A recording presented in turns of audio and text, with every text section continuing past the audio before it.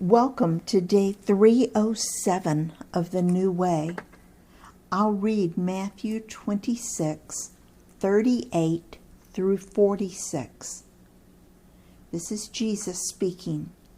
Then he said to them, "My soul is overwhelmed with sorrow to the point of death.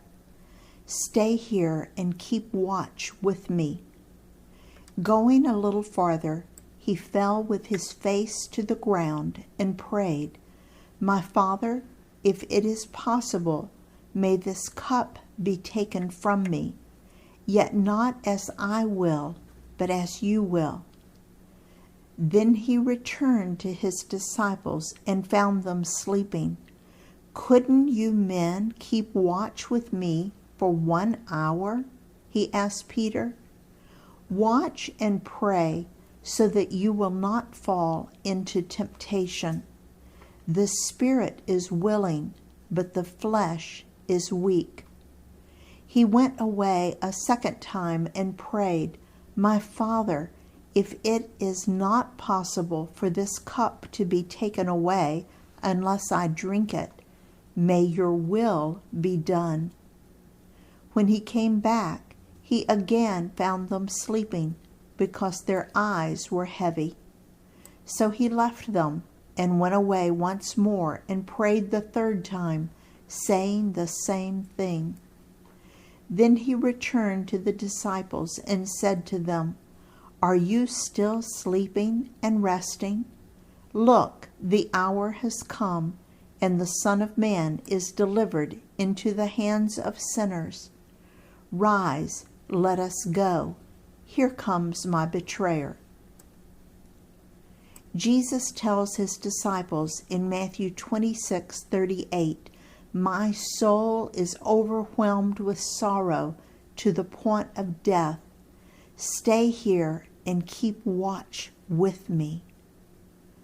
What does Jesus pray about in Matthew 26:39? I'll read it again. Going a little farther, he fell with his face to the ground and prayed, "My Father, if it is possible, may this cup be taken from me, yet not as I will, but as you will." When he went to check on his prayer partners, Peter, James, and John, he found them asleep. I'll reread Matthew 26:42. He went away a second time and prayed, "My Father, if it is not possible for this cup to be taken away unless I drink it, may your will be done." When he checked on his prayer partners again, he once again found them sleeping. I'll reread Matthew 26:44. So he left them and went away once more and prayed the third time, saying the same thing. I want us to examine this cup that Jesus wants to avoid. The cup represents the cross. I believe that Jesus was struggling with a decision. We talked about this struggle between trusting God's way or trusting self. Let's look at his two options.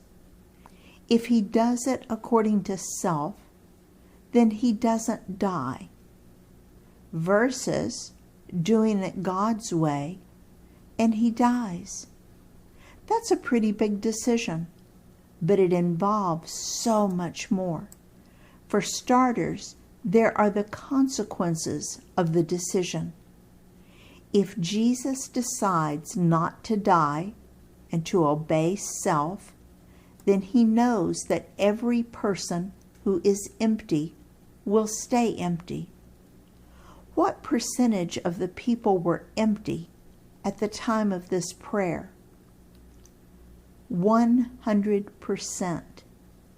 And that means that 100% were following self, and that by definition is sin. The wages or price tag of sin is death. We covered that on day 134.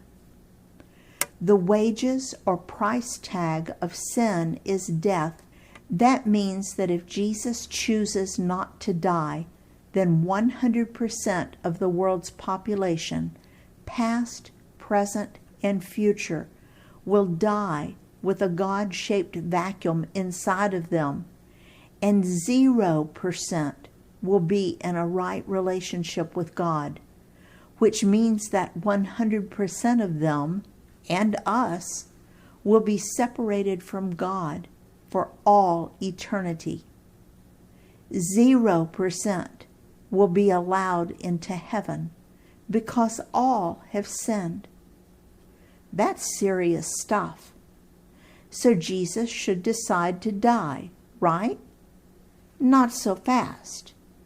That's a really hard decision to make, even if the death was something like decapitation, which is quick and relatively painless, although I haven't tried it. Would the decision to die be harder if you had seen a crucifixion and knew what was involved with the long and torturous death? Most Jewish people had seen many, many crucifixions. It was the Roman way of keeping the people under control.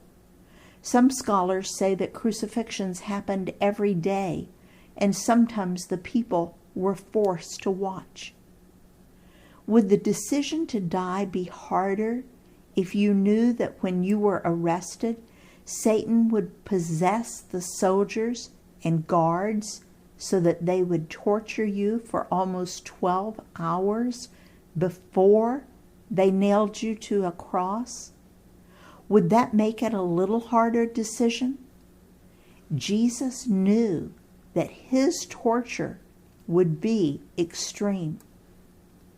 Would the decision to die be harder if you knew that you would be whipped with a cat-o'-nine tails, flogged with whips containing pieces of bone and metal and glass, flogged until there was absolutely no skin left on your back and stomach, so terrible that many people died from it? Would the decision to die be harder if you knew that everyone who loved you would be hurt by your decision? I think all of these made it a really hard decision, but I think there was one thing that made it the hardest decision ever. We'll talk about that one next time. In his service, Dale.